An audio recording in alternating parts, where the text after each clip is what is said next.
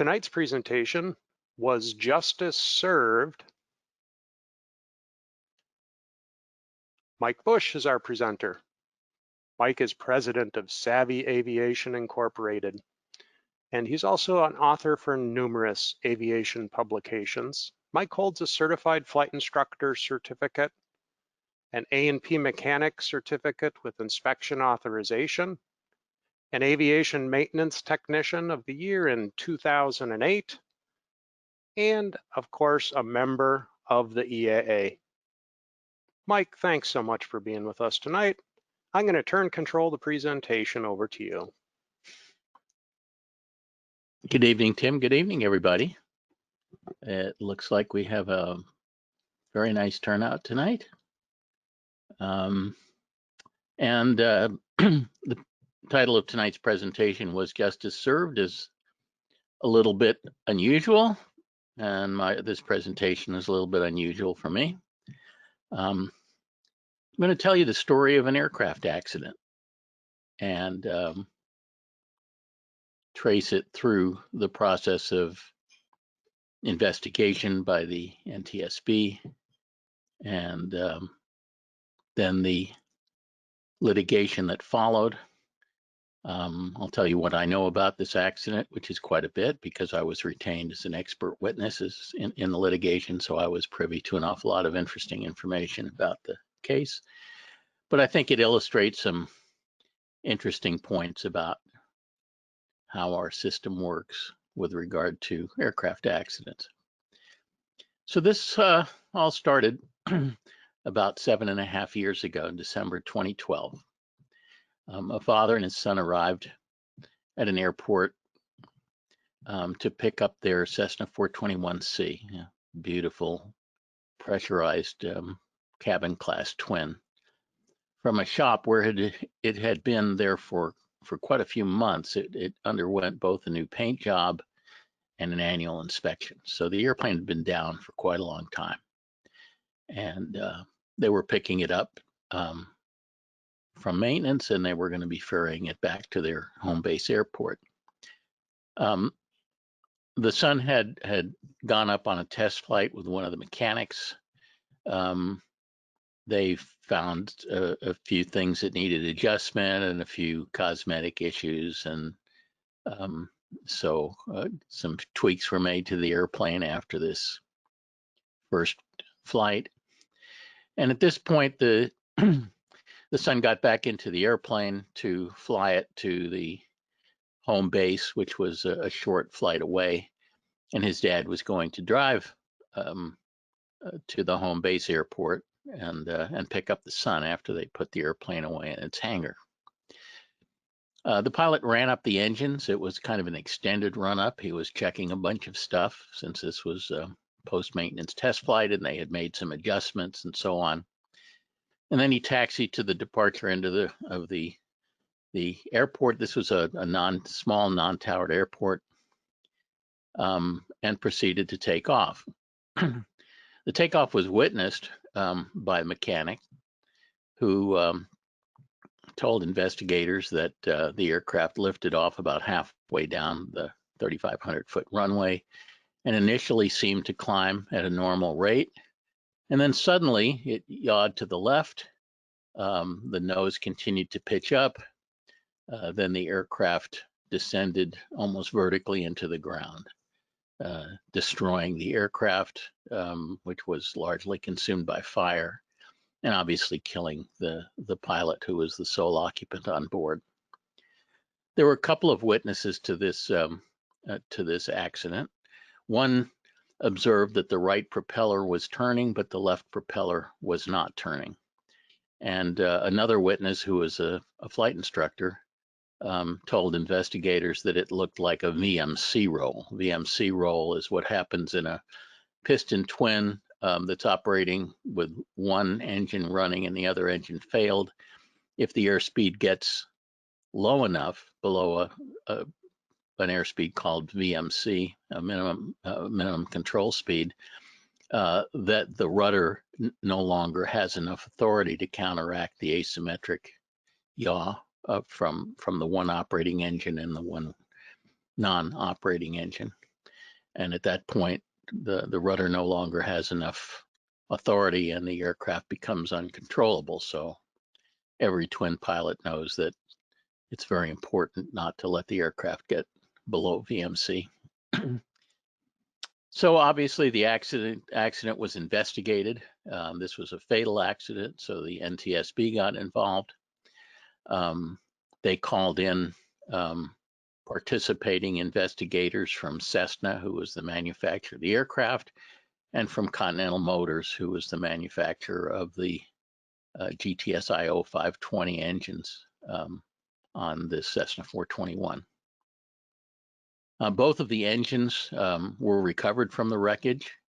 They were shipped to the Continental factory in Mobile, Alabama, and underwent a forensic teardown by the Continental folks who do those forensic teardowns.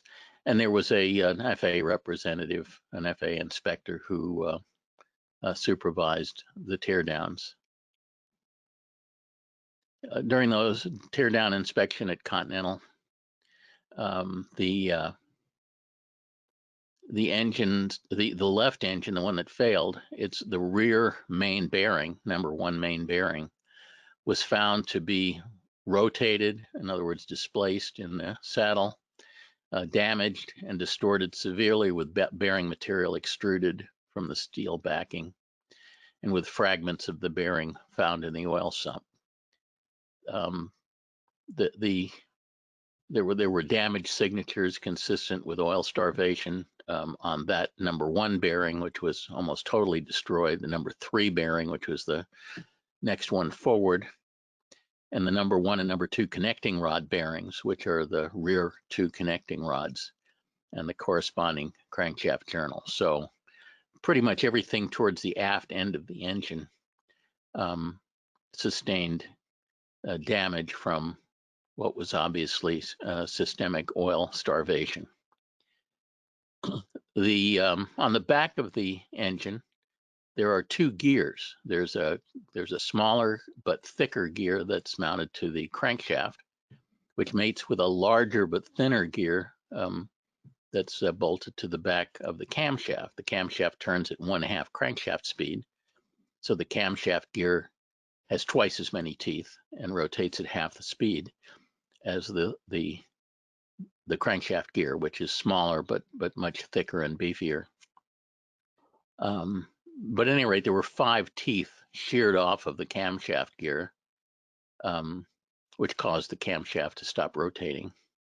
Also, several pistons exhibited valve strike signatures. Also, what you would expect if the camshaft stops turning, then some of the valves are going to remain open.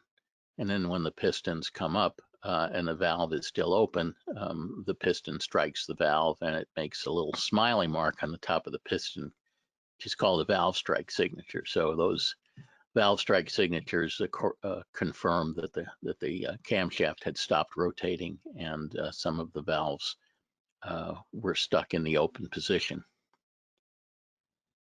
The investigators also took a look at the paperwork, of course, and there was a lot of paperwork, and the shop maintained a very, very detailed invoice or detailed work order for this annual. And near the end of that detailed work order, it wasn't the last item, it was several items prior to the last item, there was an item that read as follows: investigate no oil pressure on left engine, reprime left oil pump, filter, and standpipe. The NTSB investigators asked the owners of the maintenance shop about that, and what they were told was that the airplane's engine sat idle for many, many weeks because of the annual inspection and paint job. The engines hadn't been started for a long, long time, and that oil has a tendency to settle in the sump when engines sit for a long time and cause the oil pump to lose prime. And the shop owners further stated to the investigators that after the inspections, the engines were motored with the starter motor, and the left engine showed no oil pressure, then the oil system was primed and the oil pressure was restored to the engine prior to start. So that's the information that the NTSB investigators got from the owners of the maintenance shop. About a year after the investigation completed, the NTSB issued a final report containing a probable cause.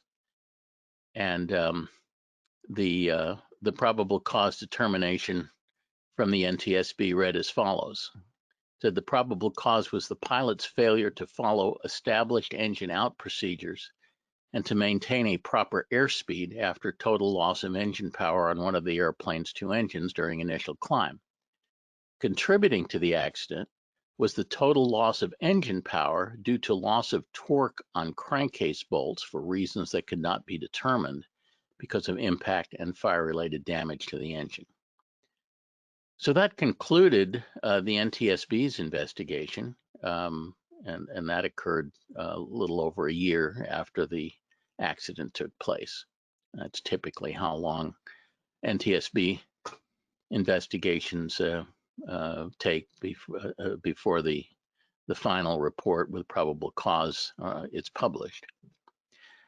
Needless to say, after the NTSB had completed its work, there was a lawsuit and litigation ensued. The aircraft owner and father of the deceased pilot, father was the owner of the aircraft, filed a civil lawsuit for wrongful death of his son.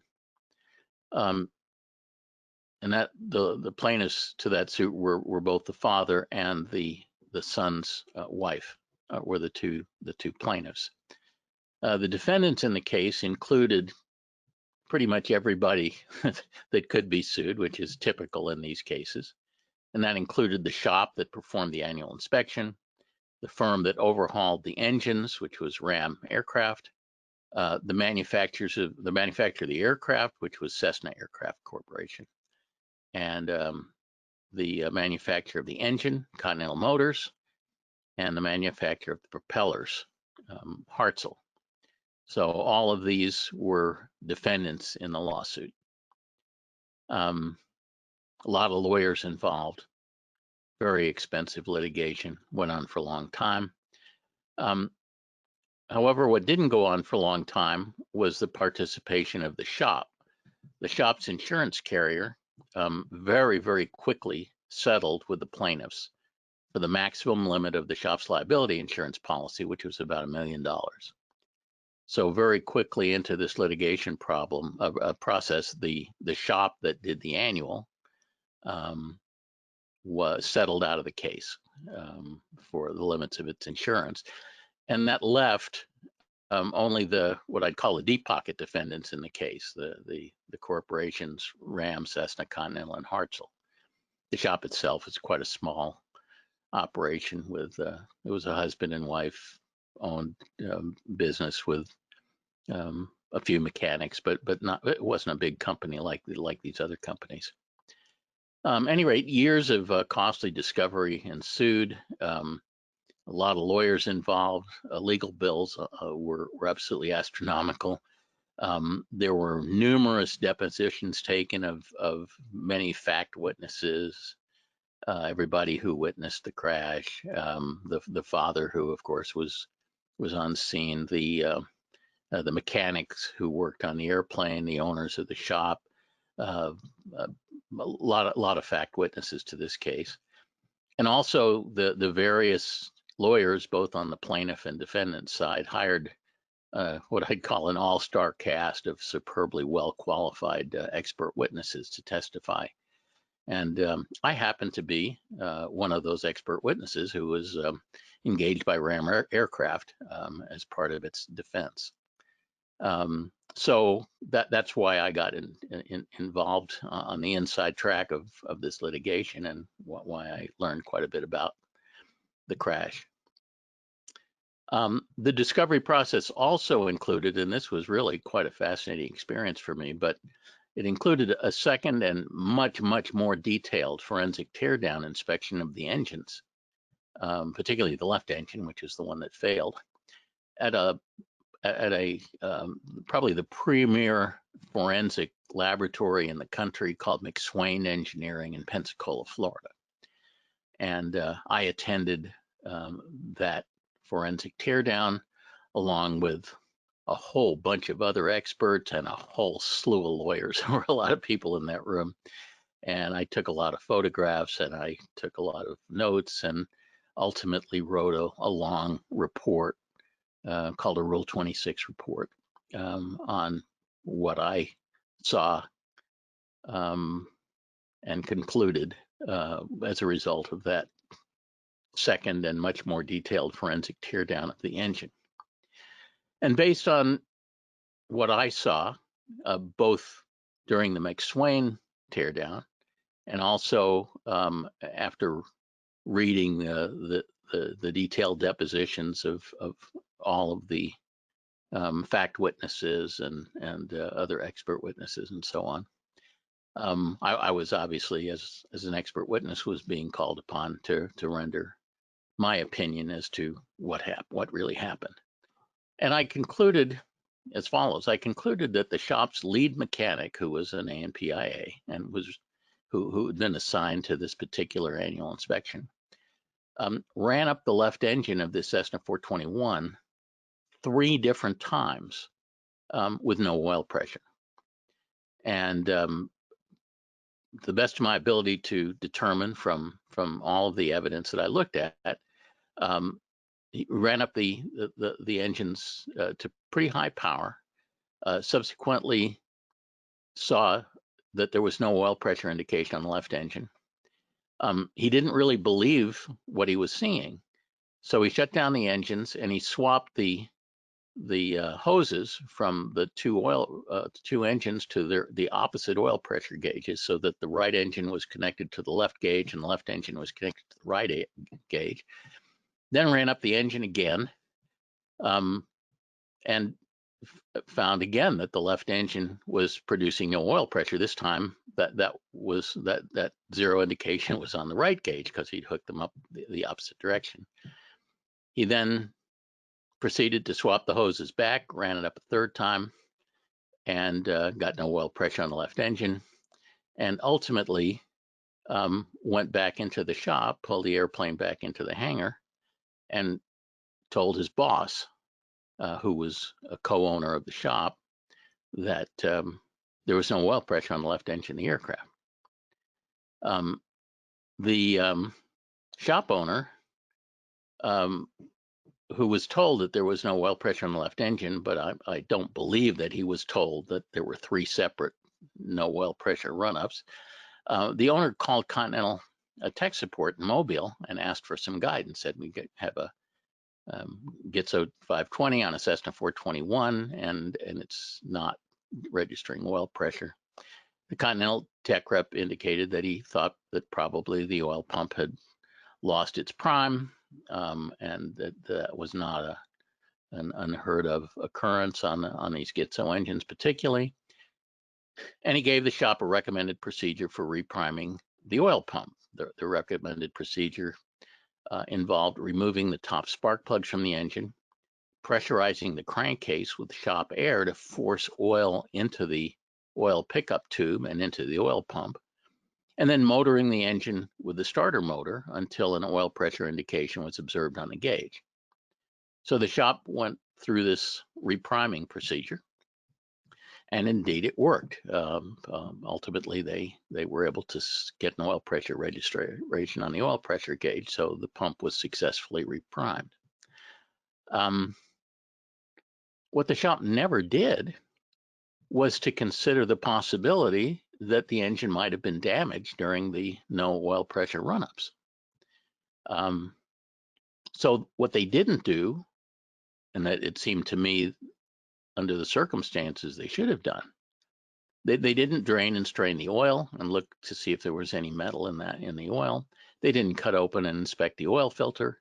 They didn't inspect the prop governor's gasket screen to see if any metal had gotten into the oil galleries. And they didn't bore scope the cylinders. They didn't do any of the things that you would typically do if you thought that there was a possibility of bottom end engine damage and you wanted to determine whether such damage had occurred or not.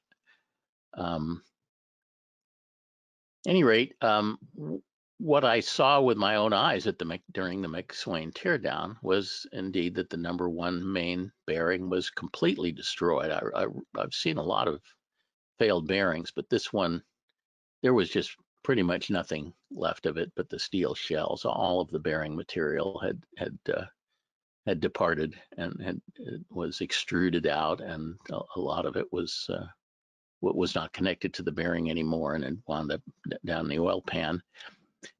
Because the number one rear main bearing was destroyed, the rear end of the crankshaft was not really supported. And so when the engine was operating at high power, the rear end of the crankshaft was orbiting or wobbling, if you will, since the rear bearing wasn't intact to support it.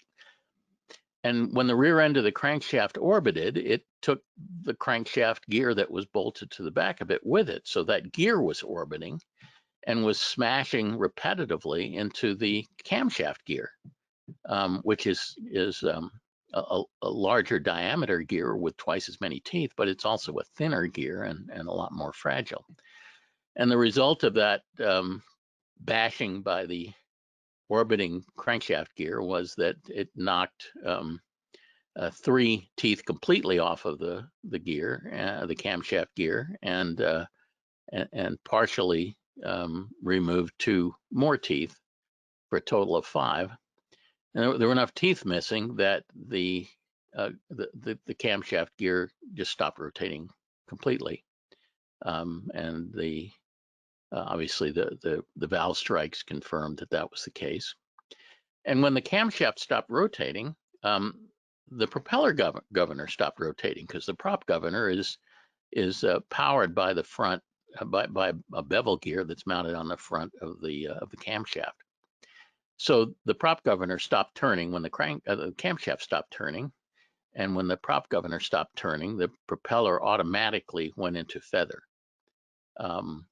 So the pilot didn't have to feather the prop when the engine failed. It actually feathered automatically. Now the 421 does not have an auto feather feature, but this particular failure mode caused the prop to automatically feather. So the prop would have stopped rotating completely. It wouldn't be windmilling. It would have just stopped dead. And that's exactly what 2 of the ground witnesses saw, that the left prop was not turning at all.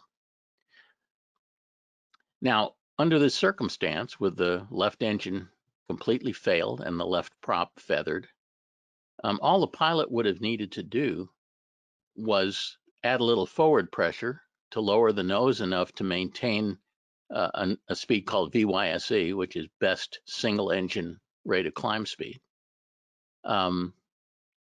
It's a speed that's a little higher than VMC, and it provides the best climb on one engine. And added a little right rudder pressure, or maybe a lot of right rudder pressure, to stop the yaw. And if he'd just done those 2 things, the airplane would have held altitude. And then if he'd had further the presence of mind to retract the landing gear, which was down and locked at the time the aircraft crashed, the airplane would have climbed at least 500 feet a minute, probably more than that. The airplane was very light, only had 1 person aboard, didn't have a whole lot of fuel on board. So it would have performed quite well on one engine had the pilot done just the basic things that multi-engine pilots are taught to do after an engine failure. And you might be inclined to think that maybe this pilot was a little rusty on his engine out procedures, but in fact, it turns out that this pilot had gone through recurrent simulator training only about 2 or 3 weeks before the crash, in which he would have handled many, many engine outs in the simulator, and he should have been sharp as a tack.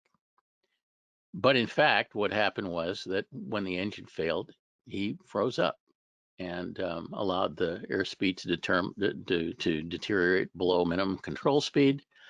The airplane became uncontrollable, rolled inverted, and this all happened at an altitude of 400 or 500 feet AGL, so that there was no possibility of recovery, and the aircraft became a smoking hole.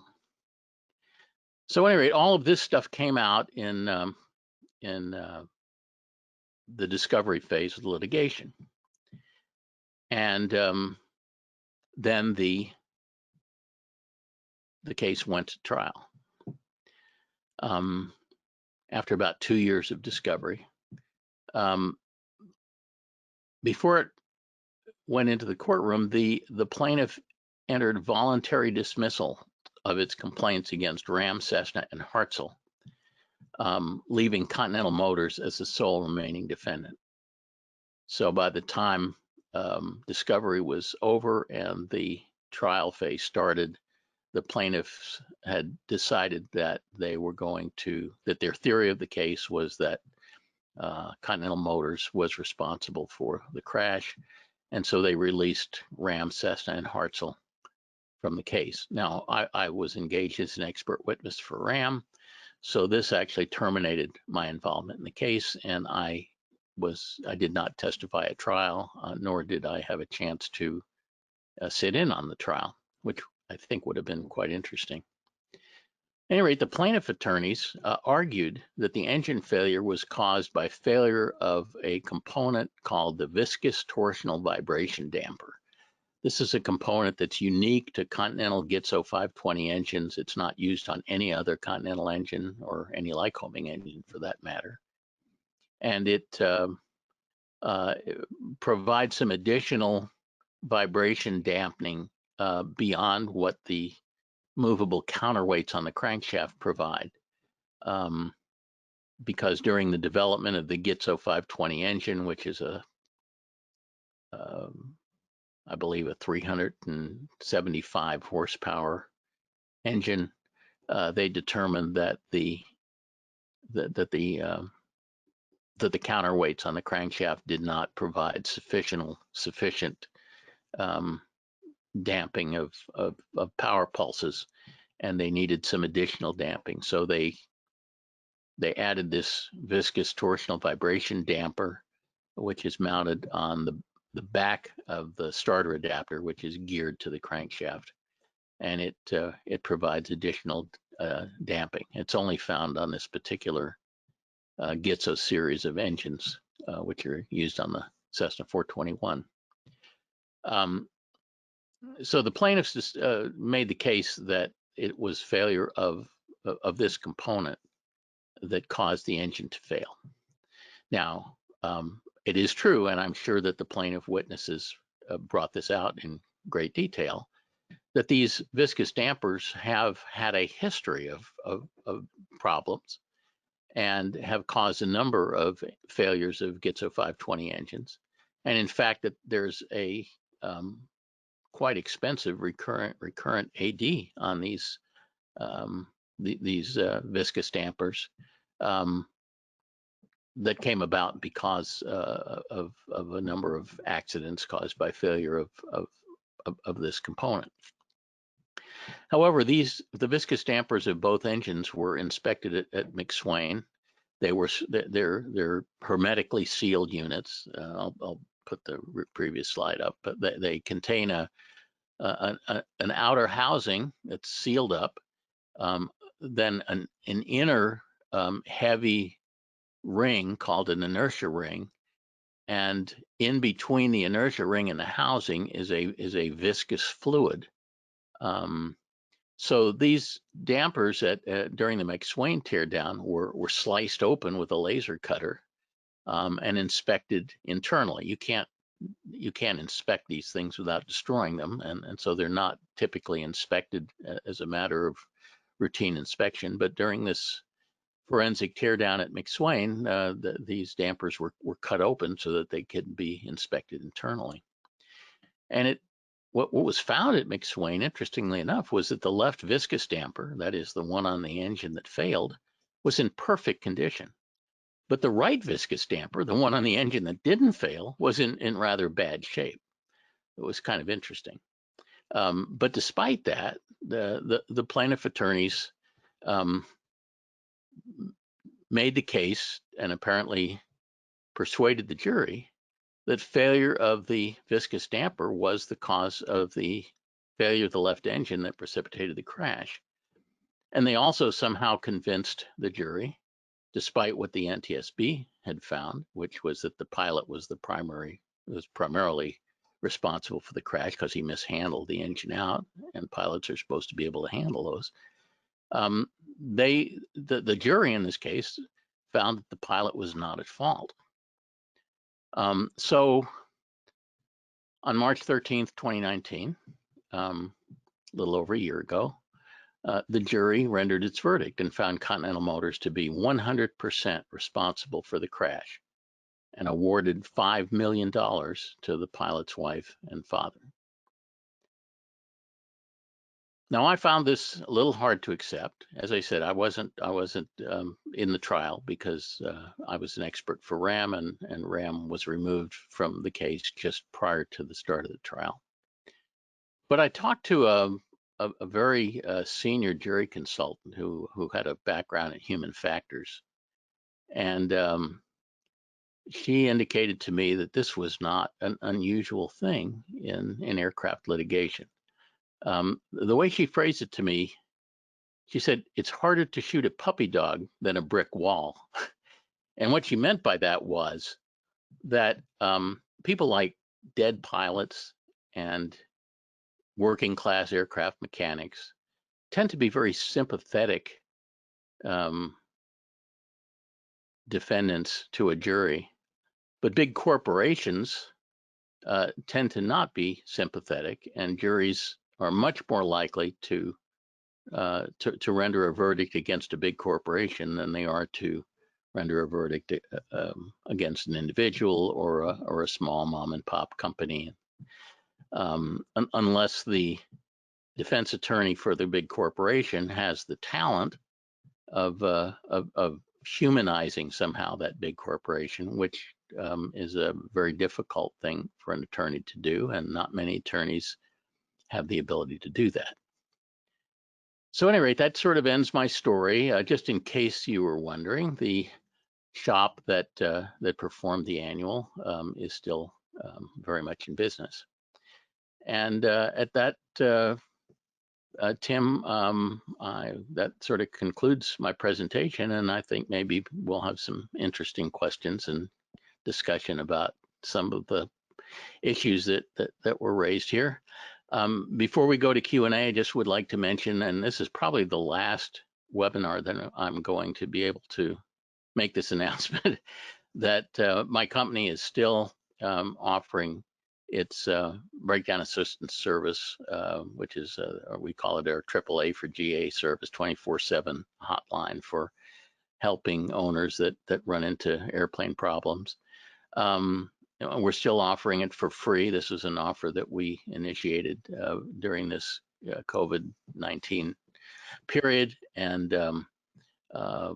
we're probably going to be announcing the end of the of this free offering sometime in the next 30 days or so. But you do have time, if you want to enroll in the program for free. And everybody that does enroll for free it will receive a killer offer when this thing closes to convert it to a paid subscription at a small fraction of what the normal fee is. So if you're interested in that, you can go to savvybreakdown.com, read about it, sign up if you want to, and it's a free sign up. No, you don't have to give a credit card or anything like that. Just have to enter some information about yourself and your aircraft, and so you're in the system, and then you get a 24/7 hotline number to call, and so on. So with that, Tim, why don't we open it up for Q&A? Okay, Mike, thank you so much. We do have some questions that have come in so far. The first ones kind of dealt with this. A couple people asked. Andrew's question here, is it normal to lose oil prime? I've never heard of that before. Well, it's not real common, and to be honest, it's never happened to me, and to the best of my knowledge, it's never happened to any of our clients over the last 12 years that I've been in business. It's apparently, from what I understand, more common on these Gitzo engines than it is on any other kind of engine. I would think that in order to lose prime, what it probably requires is that the oil system be opened up for some protracted period of time. For example, if the oil filter was removed and then just left removed for a long period of time, um, it would be possible for the oil to flow back into the sump out of the oil pump through the pickup tube. There's no check valve or anything in the system to prevent that. But as long as the oil system is intact and isn't opened up, it's pretty unlikely that that would happen. And my guess is, although it never really came out in the case, that the oil filter probably came off the engine and then the new filter didn't get put on for some significant period of time after that. That's probably when the pump lost prime. But no, in my experience, it's not a very common occurrence. But apparently, it's something that does happen. Continental was quite familiar with it and had a workaround right at the tip of the tech rep's tongue. So I don't think it was an extraordinary occurrence, but it's not a terribly common one. Barbara's wondering, why didn't Continental give a checklist to the mechanic when they contacted him for advice? Well, he did. He gave him a checklist essentially for restoring the oil pressure, because the owner didn't tell the Continental tech rep that the engine had been run up with no oil pressure. He told the Continental tech rep that he had a 520 that wasn't making oil pressure, and so the Continental tech rep gave him a solution for that problem. And in fact, I'm not even convinced that the shop owner knew how much the engine had been run up by his employee with no oil pressure. I don't think, it's not my impression that this is a little fuzzy in the record, but it's not my impression that the mechanic told the owner everything that he knew about the situation. Larry's wondering, are there any other engines prone to oil pumps losing their prime after long storage that you know of? Well, again, not that I know of, but I just going from sort of first principles and the laws of physics, I can see how that could theoretically happen to any engine if it sat long enough, and particularly if it sat long enough with an oil filter removed. The oil pump gears are close tolerance, but they're not zero tolerance. So it's certainly possible for backflow to occur through them. And as I said, there's no check valve in the system to prevent backflow through the pump into the sump. It just kind of relies on the fact that the oil pump is pretty close tolerance, so the backflow isn't going to be very fast, and that normally when people remove oil filters, they put a new one on, reasonably soon after they remove the old one. But I think in theory it can happen with any engine. In practice, it definitely doesn't happen very often. Many people are wondering, Bart's question here is, did Continental appeal the verdict? I don't know the answer to that. But if Continental appealed the verdict, they could only appeal it on the basis that there was a legal error. They can't really appeal the jury's determination. They can, if they appealed it, it would have to be to challenge the case on a procedural matter. And I kind of assume with a $5 million verdict, they might have filed an appeal, but I suspect that the chances of an appeal prevailing wouldn't be very great. Given, if you assume that the jury was right, that Continental was 100% at fault, which of course I don't agree with that, but I wasn't on the jury, so I don't get a vote. The $5 million verdict for the life of the son is not, completely out of bounds. I think the U.S. government's official number for what a human life is worth is $3 million. So $5 million doesn't seem like an out of line verdict in that case. I mean, award. If the award was $60 million, then Continental might appeal on the basis that the award was an unreasonable amount. But I don't think it was an unreasonable amount. I just think it was unreasonable because it wasn't Continental's fault, as far as I can tell. Nothing that Continental did contributed to this accident, in my opinion. But obviously, the jury had a different opinion, and the plaintiff lawyer certainly had a different opinion. So lots of opinions floating around. Yeah, you bet. Gennaro's just wondering, can the NTSB findings be used in a trial? No, they can't. There's the law under which the NTSB was created and functions prohibits the use of NTSB findings as evidence in a trial, and the purpose of that is to isolate the NTSB from any litigation. Dan is wondering, what lessons learned are there for the pilot in this situation? Extended run-ups did not identify this problem, apparently. How could the pilot have found this problem on the ground?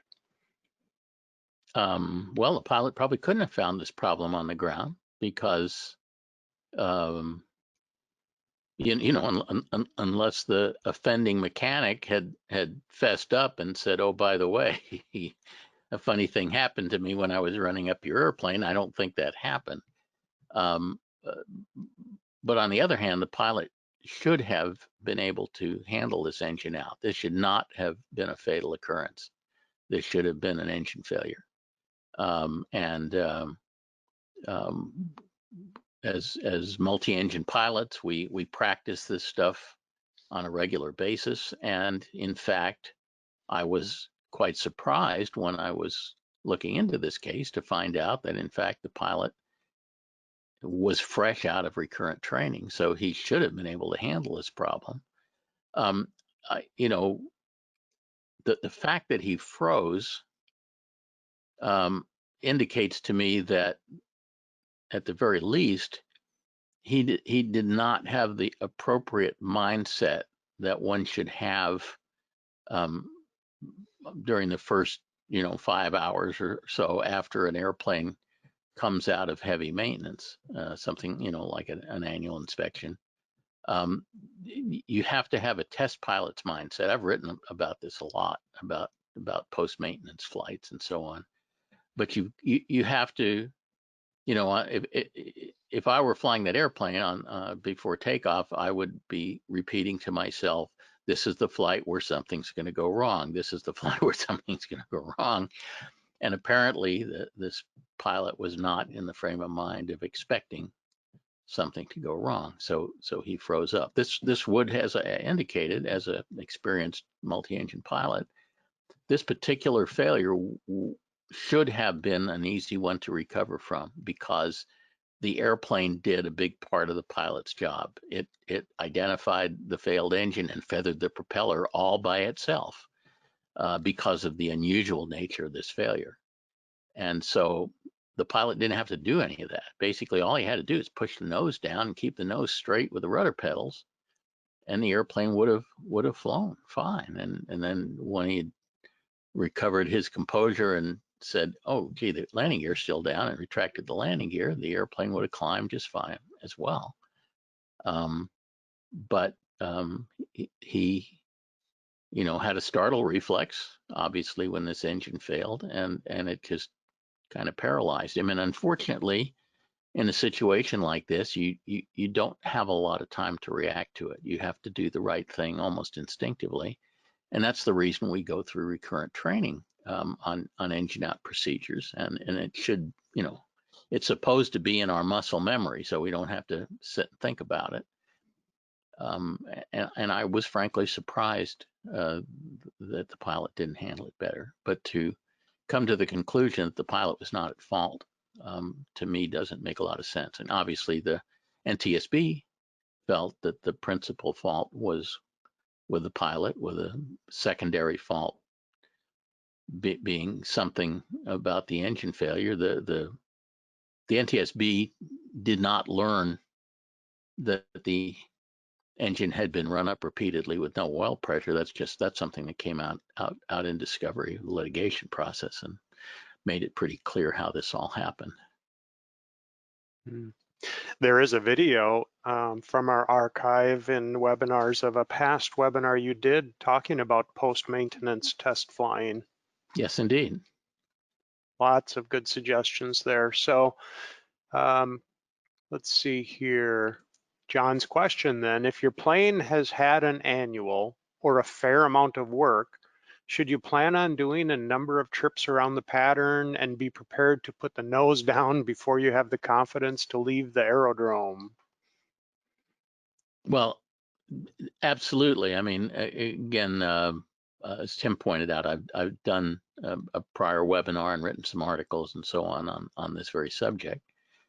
And in my view, every maintenance event, and particularly every significant maintenance event, like an annual inspection for sure, should be followed by a post-maintenance test flight with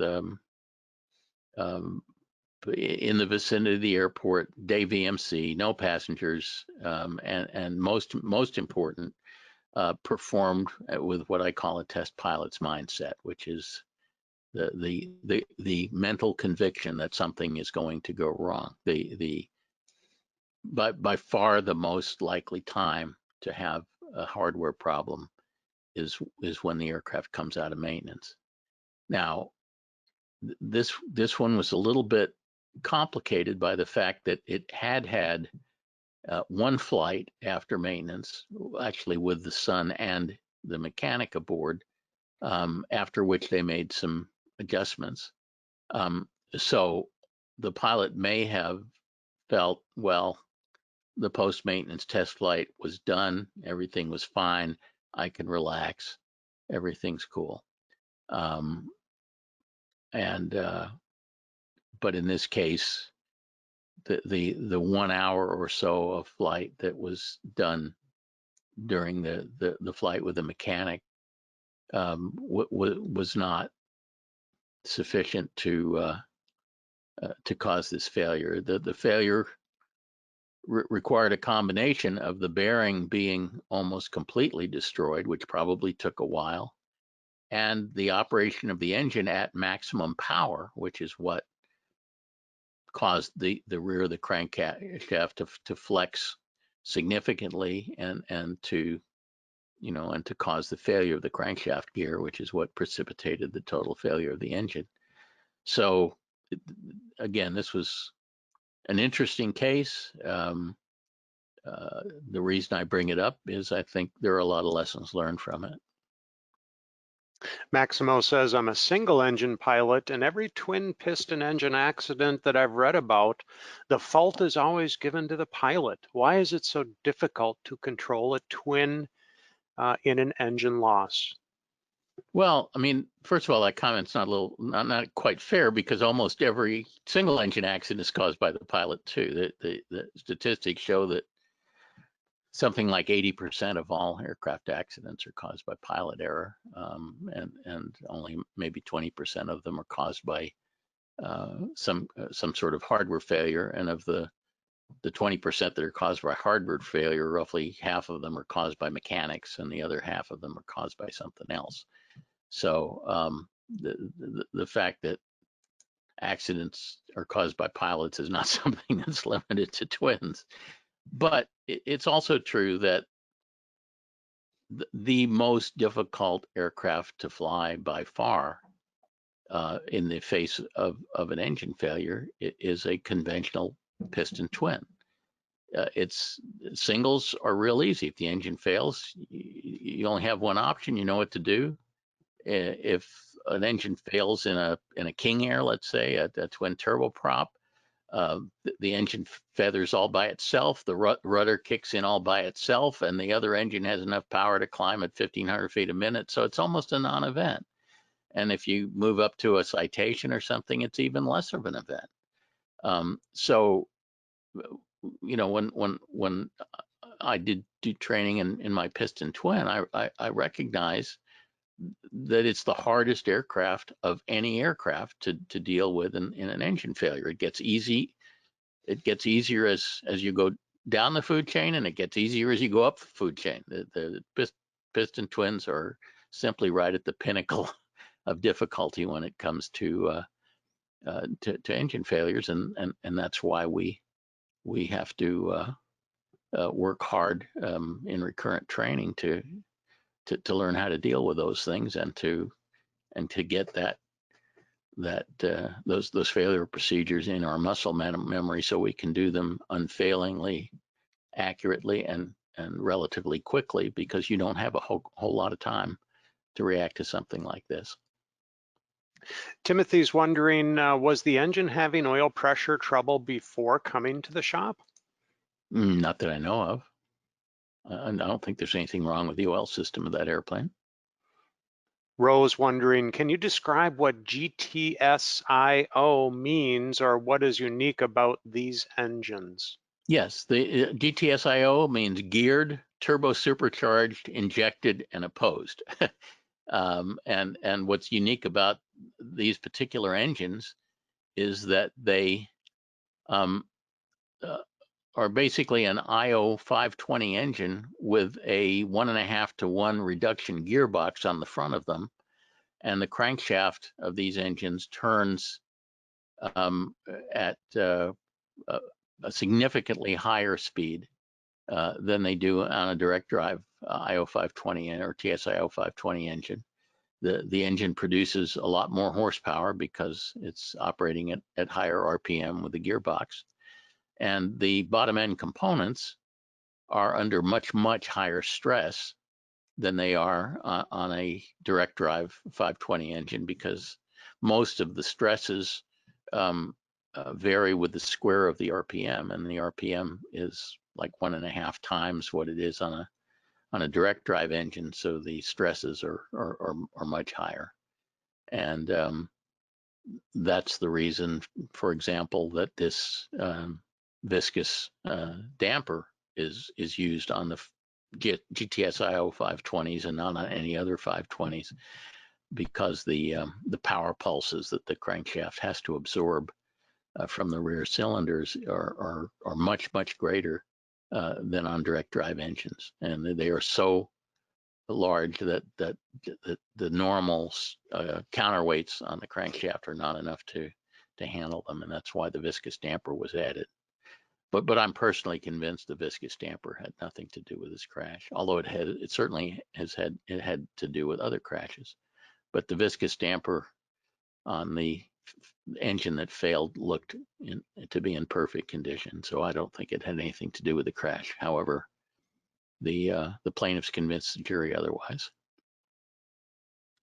Daniel is wondering, in your experience as an expert witness, is that usual when dealing with a jury that does not understand the technical issues?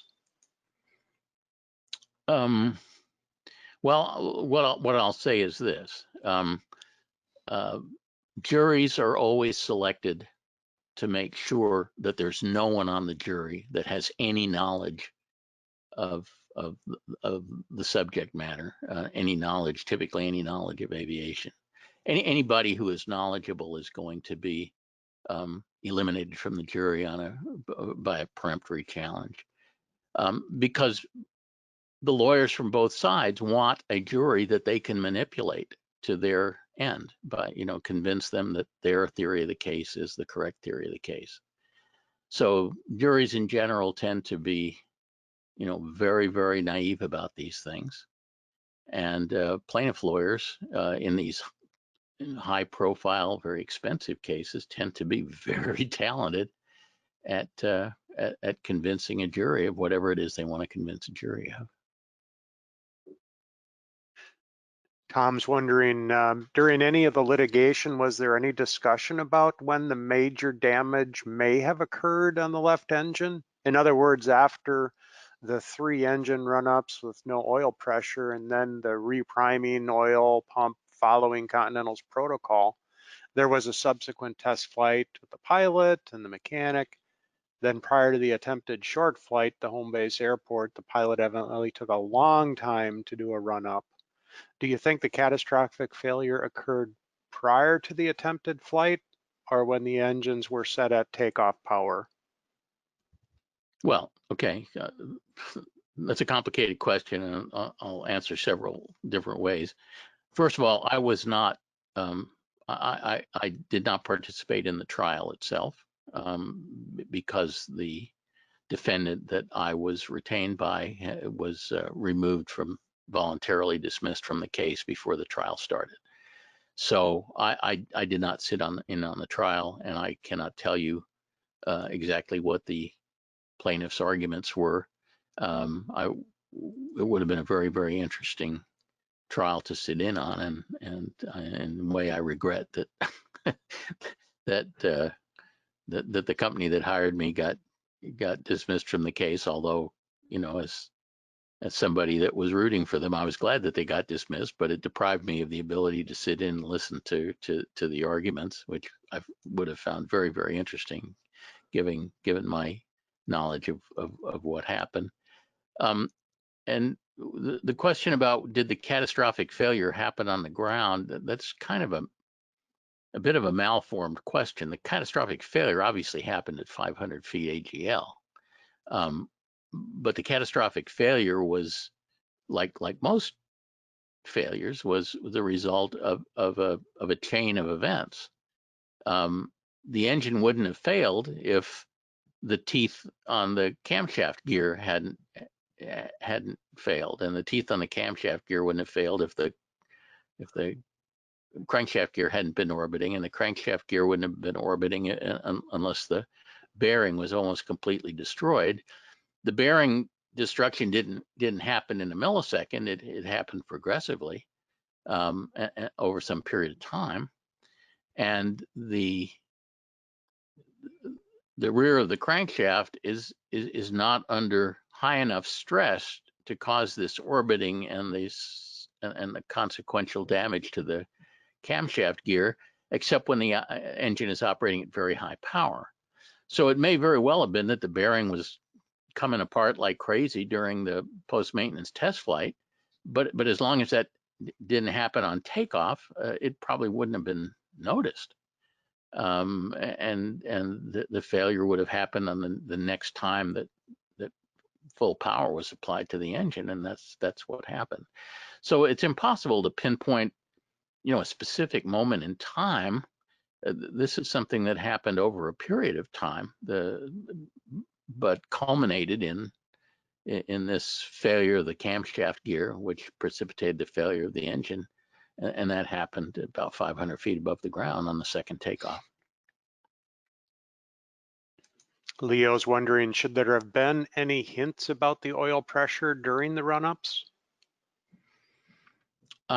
I don't know. If the airplane had not been quite as much of a smoking hole as it was, maybe there might have been some information captured on an engine monitor if there was an oil pressure sensor, for example, that led into an engine monitor. But there wasn't enough of the wreckage left to be able to recover, anything from any of the avionics.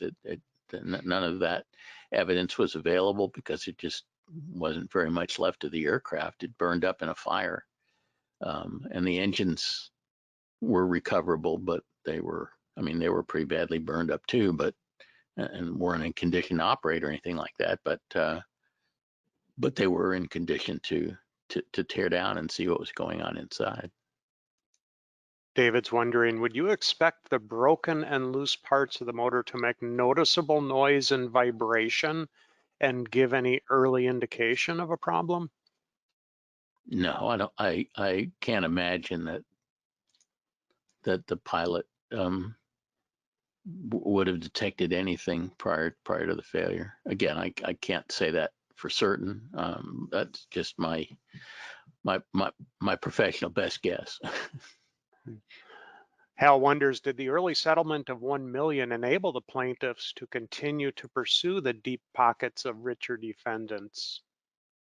I don't know. My impression is, and again, I didn't get too deeply into this, but my impression was that the father was quite well off, and that the attorneys that were pursuing the plaintiff side of the case were doing so on a contingency fee basis. So I don't think the father was spending a lot of money to do this. I think the lawyers were doing it on the basis that they would be receiving a significant part of the award. Harlan just wonders, was the engine overhauled recently? Why was RAM dismissed so early? The engine was overhauled about 300 hours prior to the accident, and the maintenance records of the aircraft were carefully scrutinized by a whole bunch of people, including me, and there was no evidence that any cylinder work had been done or any through bolts had been torque relieved or anything like that since the engines were overhauled.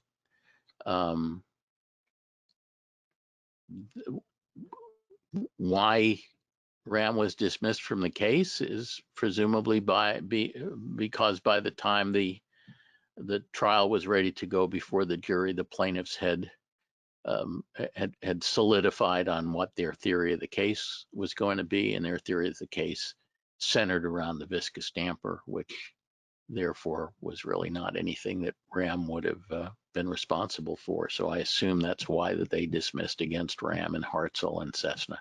Cessna probably got dismissed because of GARA, because the airplane was more than 18 years old, and so the manufacturer is typically shielded from liability under GARA, General Aviation Revitalization Act of 1994.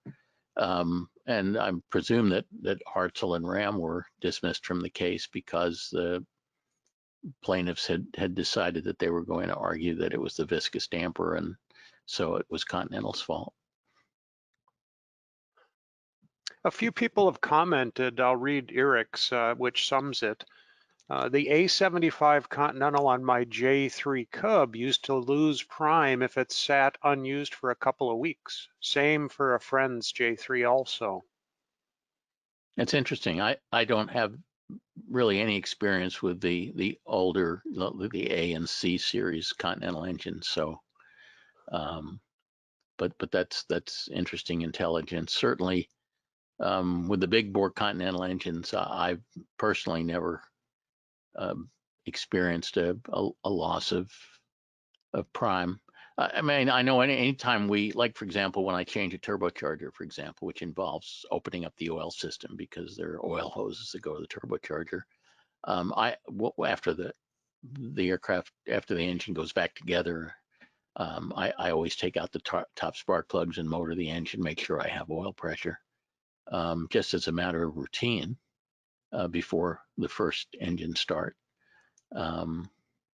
But typically, if you haven't opened up the oil system, or you've just opened it up for a brief period of time, like you do when you change a filter, people typically don't do that because it's very uncommon for the oil pump to lose prime. But this airplane has sat around for a long, long time, and I honestly don't know how long the oil filter was left off. I assume that must have had something to do with the loss of prime. But again, I'm guessing there really wasn't anything in the record that we had to look at during discovery that would indicate anything more about that than what I've already told you.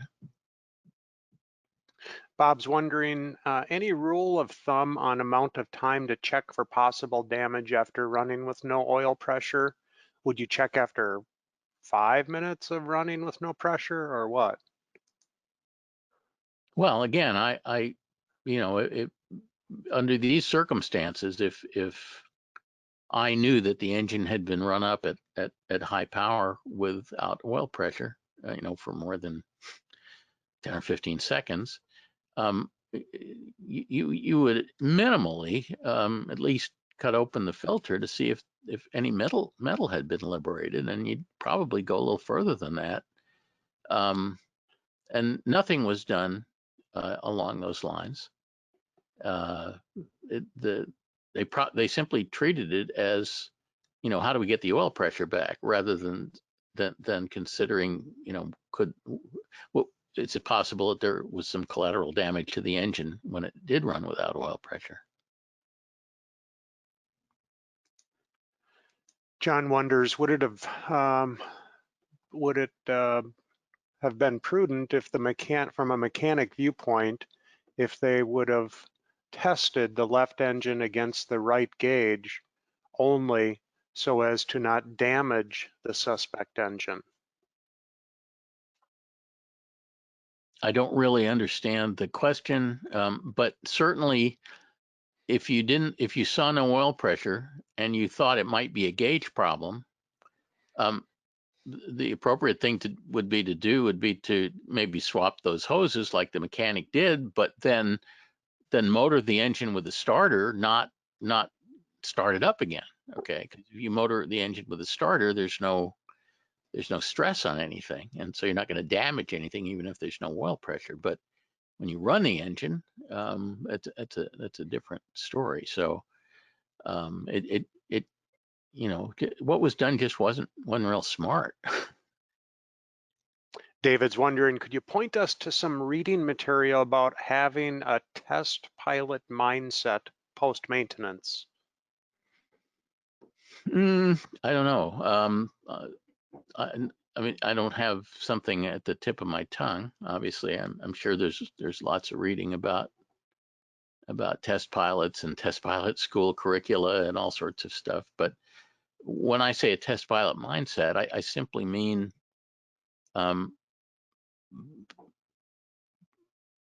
making the flight with the assumption that something is going to go wrong, and sort of being on the edge of your seat waiting for something to go wrong. So that if it does go wrong, you're spring loaded to respond, and having a plan for what you're going to do if something goes wrong, and making sure that you're in a position that if something goes wrong, you can put the airplane back down on the ground fairly quickly. So you don't want to go off on, one of the webinars I have told the story of some guy who got a first flight out of maintenance, or an airplane right out of heavy maintenance, where the engine was the airplane had experienced a prop strike. It wound up with a new prop on it, and an engine that was completely torn down, put back together again.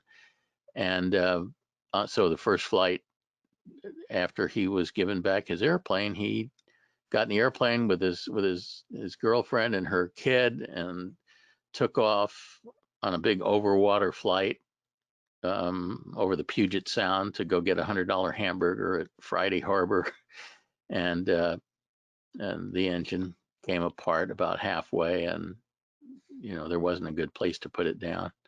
That's not real smart first flight out of maintenance. He obviously didn't have a test pilot mindset. I mean, presumably if he thought something was going to go wrong, he wouldn't have brought his girlfriend and the kid on the flight, and he wouldn't have made the flight, over water a long distance from suitable landing area. So that just seemed to indicate what kind of mindset he did have, and it wasn't the right one. Ralph's wondering, shouldn't the engine have been leaking oil before the final flight if the main bearing was shot? Why would it leak oil? Where would it leak from? Would not be an oil leak associated with a bearing failure. And Barry's wondering, where does that viscous dampener get its oily fluid from? Is there any way of proving there was oil prior to the laser cutting it open? The viscous fluid, which is a clear gooey fluid, is put into the viscous damper at manufacture, and the thing is welded shut, hermetically sealed shut with that fluid inside. And when the viscous dampers were cut open at during the McSwain teardown, they were cut open very carefully with a laser cutter, so that the fluid was still inside, and you could verify and see what it looked like, and was it discolored and so on. We got a real good look at those things. I'd never seen the inside of a viscous damper before because, again, you normally never get to see them except in a forensic teardown like that where they destructively cut them open. But they were cut open very, very carefully with a laser cutter so as not to destroy anything in the process, and we got to see exactly what was going on in there. A comment from Colleen about the test pilot information that you could go read up on. She says, Mike's got a whole chapter in his book about test pilot mentality. So Thank you, plug your Colleen. book, Mike. Yeah. The check is in the mail. Seriously, I mean, maybe they don't know that you got several books that you've written, Yeah. and one of them has a whole chapter dealing with test pilot mentality. Okay, that's on my next slide. That's on your next slide. Okay. Well, let's wrap it up here, Mike. We're kind of going over and over the same thing now. So please Okay, take a moment, share your closing thoughts. I know we are pushing 800 people tonight logged into this, so thanks a that's lot, great. everybody. I Yeah. I did this webinar in anticipation that it might trigger some interesting thoughts and questions, and apparently it has, and so I will consider it a success. So I just want to remind everybody that if you're not already on our email list for our newsletter, you can go to savvyaviation.com and click the button to put yourself on the newsletter list, or you can check a checkbox on the post webinar survey that Tim's going to be putting up as soon as I shut up, and get on our mailing list that way. We send out a newsletter every month, and also recently we've started sending out some interesting war stories of various interesting aviation cases that we've been involved in and how they got resolved and so on. Interesting reading. So if you're interested in that stuff, you can put yourself on the mailing list. And as Colleen was so kind to mention, I have four books now on Amazon. Ownership 2 is the latest of them, and the airplane ownership books are volume 1, volume 2. The engines and the 2 ownership books are each over 500 pages long, so they're pretty good sized books. Manifesto is my little short read it one session philosophy book, and that's only about 100 pages long, but it sort of lays out my maintenance philosophy. So all of these things are available on Amazon. And if you have read any of my books, by the way, they're also available in Kindle versions, then I would really appreciate it if you would take the time to post a review to Amazon. Be nice. And I am in the process of converting these books to audiobooks that will be published on Audible, and the Manifesto audiobook should be available in about a month as I keep up at the current pace. And if you would be interested in contributing to this effort, getting all of these books on audio is going to take me well over a year. I'd appreciate your support. You can do that at patreon.com/SavvyAviator. And finally, upcoming webinars, the first Wednesday of the month webinars. The August webinar is entitled Why Valves Stick. Sticking valves are a problem, particularly with Lycoming engines, although it sometimes is a problem with Continentals, but much more often with Lycomings. And we'll be going into exactly why they stick and what the chemistry is of what makes them stick, and what you can do to minimize valve sticking. So it should be an interesting session. The September webinar,